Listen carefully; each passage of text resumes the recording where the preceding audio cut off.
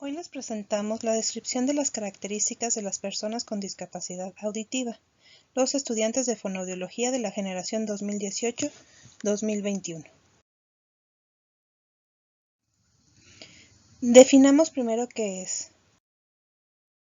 Se puede definir la discapacidad auditiva como la falta, disminución o pérdida de la capacidad para oír, esto en algún lugar del aparato auditivo y no se aprecia porque carece de características físicas que la evidencien. La etiología. El origen de la pérdida de audición puede ser congénito o adquirido y puede darse por múltiples causas, como hereditarias, envejecimiento, exposición al ruido, enfermedades, infecciones y tumores. Pueden ser también problemas médicos en el embarazo, por toma de medicamentos ototóxicos, complicaciones en el parto, traumatismos o daños físicos en el oído. También hay causas transitorias y algunas de ellas son reversibles, como por ejemplo la otitis media, la externa, los cambios de presión en el oído medio o de la endolinfa producido por traumatismos fuertes, ingesta de ototóxicos, tumores. Cualquiera de estos puede revertirse mediante medicación o desaparecer por sí solos. Alteraciones genéticas. La deficiencia auditiva genética se produce cuando hay una mutación en el ADN de las células del oído que transforman el sonido en señales que el cerebro entiende, lo que provoca una variación en su funcionamiento, convirtiéndolas en células defectuosas. Estas pérdidas auditivas pueden manifestarse al nacer en la niñez o desarrollarse más adelante. La mutación del gen se transmite por uno de los padres y estas alteraciones se asocian con malformaciones del oído externo. Alteraciones genéticas no sindrómicas. En este tipo de alteraciones no se asocian malformaciones del oído externo, pero sí del oído medio y o interno. Se dividen en autosómicas recesivas, 80%. La hipoacusia suele ser prelocutiva, bilateral y normalmente profunda o severa. Dominantes, 18%. La hipoacusia suele ser progresiva, postlocutiva y a veces unilateral. Ligadas al cromosoma X, 2%. Otosclerosis, afecta el crecimiento de los huesos del oído medio a jóvenes de entre los 10 y los 30 años. Alteraciones no sindrómicas natales y postnatales. El citomegalovirus es un virus común que está relacionado con los virus que causan la varicela, el herpes simple y la mononucleosis. Citomegalovirus congénito. Cuando las embarazadas lo contraen, es probable que lo transmitan a sus bebés a través de los fluidos corporales, tales como la sangre. Citomegalovirus postnatal. Es en el parto. El bebé lo contrae al tener contacto con los fluidos corporales y de la leche materna que se absorben a través de la membrana mucosa. Enfermedades virales. Estos comprometen la cóclea y o el sistema nervioso central, provocando hipoacusia neurosensorial severa o profunda. Pueden provocar una pérdida auditiva unilateral o bilateral, parcial o completa. Por ejemplo, las paperas, el sarampión, la rubiola, herpes, entre otras. Fármacos ototóxicos. El uso de aminoglicósidos, streptomicina usado en embarazadas con insuficiencia renal, talidomida utilizado como tranquilizante, quinina utilizada para prevenir la malaria, aspirina en grandes cantidades. Otras causas. La causa de la pérdida auditiva está provocada por la exposición a ruidos y sonidos penetrantes, fuertes y constantes por periodos largos de tiempo, o bien a traumatismos cranoencefálicos, los tumores, granulomas y distrofias que afectan el hueso temporal, en el que se afecta el octavo par craneal, el vestíbulo coclear. Se le denomina presbiacusia a la pérdida progresiva de la capacidad auditiva, la cual se debe al deterioro producido en el sistema auditivo. Esta se relaciona con el envejecimiento. Prevalencia e incidencia. La OMS estima que 360 millones de personas en el mundo viven con discapacidad auditiva. Esto representa el 5.3% de la población mundial. En adultos mayores, según la Organización Panamericana de Salud, la prevalencia de hipoacusia fluctúa entre un 30% en mayores de 65 años, hasta un 60% en mayores de 85 años. En México, alrededor de 10 millones de personas tienen algún tipo de problema auditivo. Entre 200,000 y 400,000 presentan sordera total. Se estima que aproximadamente 61% lo padecen desde el nacimiento, con una incidencia de 1 a 3 de cada 1,000 neonatos. Sintomatología asociada. Un niño pequeño que después de los 2 meses no muestra sobresalto ante cualquier ruido al ambiente. Suele hacer mucho ruido cuando juega. Un niño que al año de edad no balbucea o no voltea ante sonidos familiares. Un niño que a los 2 años da la impresión de que solo entiende órdenes sencillas si no está mirando. Un niño que a los 3 años no es capaz de repetir frases de más de 2 palabras y al llamarle no siempre responde. Un niño que cumplidos los 4 años no sabe platicar espontáneamente lo que pasa. Cualquier niño que hable mal y que no se le entienda lo que dice a partir de los 4 años. Cualquier niño que tenga frecuentes infecciones en el oído, dice mucho que, le cuesta seguir las explicaciones en clase. Está distraído, está pendiente de lo que hacen sus compañeros e imita lo que hacen los demás. Habla poco y mal y con frases sencillas, confunde palabras similares, se resfría a menudo, se queja de dolores en los oídos. Respira con la boca abierta, oye pitidos y ruidos, no hace caso a sonidos ambientales como la lluvia y el trinar de los pájaros. Cuando trabaja en silencio, hace ruidos con su propio cuerpo, se pone tenso cuando habla, no controla la intensidad de la voz. En adultos, hay una dificultad para entender palabras, especialmente cuando hay ruido de fondo o en un grupo de personas. Piden con frecuencia a los interlocutores que hablen más despacio, que vocalicen y aumenten el volumen.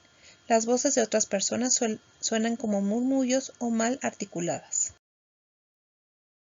Tienen la necesidad de aumentar el volumen de la televisión o de la radio. Tienen dificultad para escuchar determinadas consonantes.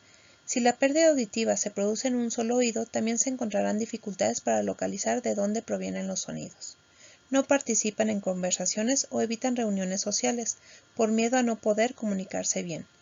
Hay una sensación de estar perdiendo el equilibrio o mareado, más común con la enfermedad de Meniere. Sonidos de campaneo o zumbido en los oídos, tinnitus.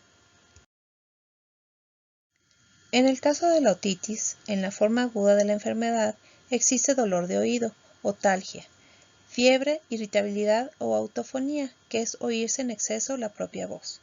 En la exploración otológica, solo se observan alteraciones en aquellos casos relacionados con traumatismos, ejemplo, rotura de la membrana timpánica o con otitis, salida de líquido a través del conducto auditivo externo o signos inflamatorios. Factores predisponentes. Congénitas. Se puede determinar en el momento de nacimiento o poco después. Puede ser rubiola materna, sífilis u otras infecciones durante el embarazo. Hay un uso inadecuado de ciertos medicamentos citotóxicos, antipalúdicos y diuréticos. Atresia congénita del canal auditivo externo, citomegalovirus congénito previamente mencionado, fístula perilinfática congénita, efectos fetales del metilmercurio o efectos fetales de la deficiencia de yodo.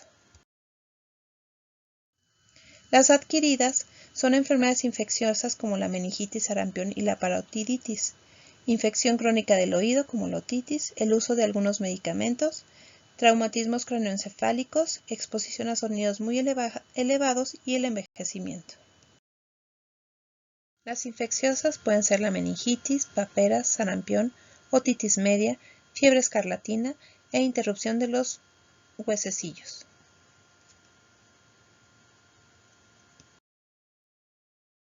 Las ocupacionales es cuando la exposición diaria y continua a ruidos en alto tono de la audición pueden producir la pérdida. Las traumáticas, puede haber una perforación traumática del tímpano, una fractura craneal, barotrauma, que es una exposición a diferencia de presión atmosférica. Características lingüísticas. El grado de afectación de las pérdidas auditivas en el desarrollo depende de los diferentes grados de la enfermedad, las características individuales de cada niño, el entorno familiar y social y la educación recibida. Hay factores que influyen en el impacto del desarrollo del lenguaje en el momento de la aparición de la sordera. Es importante describir la hipoacusia por su momento de aparición, como puede ser el prelingual, que es de los 0 a los 2 años y el lenguaje aún no se ha desarrollado. La perilingual es de los 2 a los 5 años y la postlingual es cuando ya existe un lenguaje consolidado. En cuanto a las características generales, es que el desarrollo del lenguaje no ocurre de forma espontánea. Hay un retraso en el vocabulario, hay un desarrollo tardío del juego simbólico, retraso y limitaciones en ciertas conductas, hay dificultades en la adquisición y asimilación de conocimientos, tienen problemas de la lectura, hay problemas en ritmo y puede haber una hipernasalización. Confunden punto y modo de articulación de ciertos fonemas, hay alteración del timbre y de la voz, y los niños pueden entrar en un mutismo. Además, puede haber una falta de familiaridad con la estructura semántica, hay un uso generalizado de la estructura, les cuesta trabajo entablar conversaciones y tienden más a la lectura labiofacial, y son más visuales y táctiles. En cuanto al retraso en el habla, a los 12 meses de edad no se aprecia balbuceo ni imitación vocal, a los 18 meses no utiliza palabras aisladas, a los 24 meses el niño tiene un vocabulario de palabras aisladas con 10 o menos palabras. A los 30 meses tiene menos de 100 palabras, no se aprecia combinaciones de 2 palabras y es ininteligible. A los 36 meses tiene menos de 200 palabras, no usa frases telegráficas y tiene una claridad menor al 50%. A los 48 meses tiene menos de 600 palabras, no usa frases sencillas y su claridad es menor al 80%. Descripción clínica. La hipoacusia se puede describir desde el nivel en que se encuentra afectada la vía auditiva, como la hipoacusia de transmisión conductiva, la hipoacusia de percepción neurosensorial, las hipoacusias mixtas y las hipoacusias centrales. En cuanto al grado de pérdida auditiva, la audición normal es menor a 20 decibeles. No existen dificultades en la percepción del habla, pero sí puede haber problemas en la articulación. Pérdida auditiva leve de 20 a 40 decibeles, dificultades para oír sonidos lejanos o suaves, susurros o entablar conversaciones en ambientes ruidosos. Pérdida auditiva mediana de 40 a 70 decibeles. Puede representar un obstáculo para mantener conversaciones normales incluso en ambientes tranquilos. Existe retardo del lenguaje y dificultades articulatorias. Necesita auxiliares, entrenamiento auditivo y apoyo articulatorio. Pérdida auditiva grave, de 70 a 90 decibeles. Solo se perciben voces fuertes emitidas a distancias cercanas. Es muy difícil adquirir el lenguaje oral de manera espontánea. Se necesita ayuda especializada para desarrollar un lenguaje estructurado. Pérdida auditiva profunda mayor a 90 decibeles. Únicamente se pueden llegar a escuchar ruidos ambientales muy fuertes y la pérdida de escucha de la palabra hablada es total. La hipoacusia también puede describirse como unilateral o bilateral, es decir, dependiendo de si afecta un oído o ambos. Además, se menciona si es simétrica o asimétrica, según presente en ambos oídos, en el mismo grado o varía en cada uno. Posibles complicaciones. La pérdida de la audición afecta directamente en el modo de vida del individuo. En los casos poslingüísticos, el paciente se ve recluido por la familia y la sociedad al no poder participar en forma activa en los actos sociales. Pueden sufrir cuadros graves de depresión. En el adulto, al no ser estimulado las redes neurales encargadas del lenguaje, estas neuronas retroceden o entran en apoptosis. Hay pérdida de agilidad mental, hay amnesias, problemas de aprendizaje y hay un decaimiento en la cognición. En niños, si no es detectado y tratado a tiempo, puede haber problemas de aprendizaje, retraso psicomotriz, retraso en habilidades cognitivas, problemas en las habilidades sociales, problemas para desarrollarse plenamente en el ámbito social, profesional y de salud. En caso de ser leve y no diagnosticada Esta puede causar un desfase en la escuela, aparentando ser consecuencia de falta de atención. De ser detectado a tiempo y tratado, estas consecuencias se ven disminuidas e incluso superadas. Agradecemos su atención. Para esto, aquí les dejamos también la bibliografía que utilizamos para realizar este proyecto.